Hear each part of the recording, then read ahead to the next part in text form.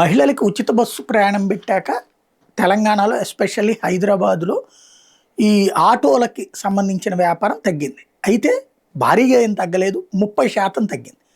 అంటే 100కు 30 రూపాయలు తగ్గుతుంది. దాంతో వాళ్ళు అసంతృప్తితో ఉన్నారు.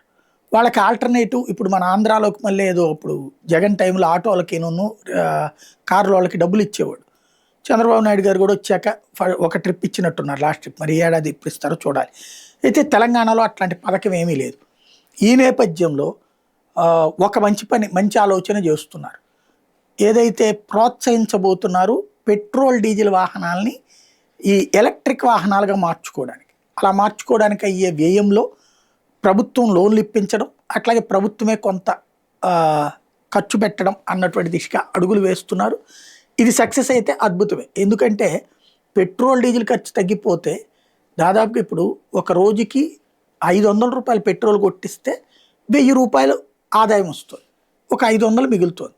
లేదా 500 రూపాయలు ఆయిల్ పెట్టిస్తే కొంతమందికి ఇంకొక 200 ఎక్స్ట్రా పెరగచ్చు, అంటే 700 1000 రూపాయలు మిగలచ్చు. అదే పెట్రోల్ ఖర్చు లేకుండా ఇప్పుడు నేను వారణాసిలో వెళ్ళినప్పుడు చూసా, అక్కడ అన్నీ ఇవే ఆటోలు, ఎలక్ట్రిక్ ఆటోలే. అందులో ఆ ఎలక్ట్రిక్ ఆటోల దగ్గర చూసినప్పుడు వాళ్ళు చాలా స్పష్టంగా ఉన్నారు. ఏది ఎలక్ట్రిక్ ఆటోల్లో ఈ వ్యవహారానికి సంబంధించినంత వరకు ఖర్చు వాళ్ళకి బోల్డ్ అంత మిగులుతోంది, లాభం, ఇబ్బంది లేదు. ఎప్పటికప్పుడు బ్యాటరీలు మార్చుకుంటున్నారు. ఆ బ్యాటరీ ఛార్జింగ్ పాయింట్లు అక్కడక్కడ ఉంటున్నాయి వారణాసిలో.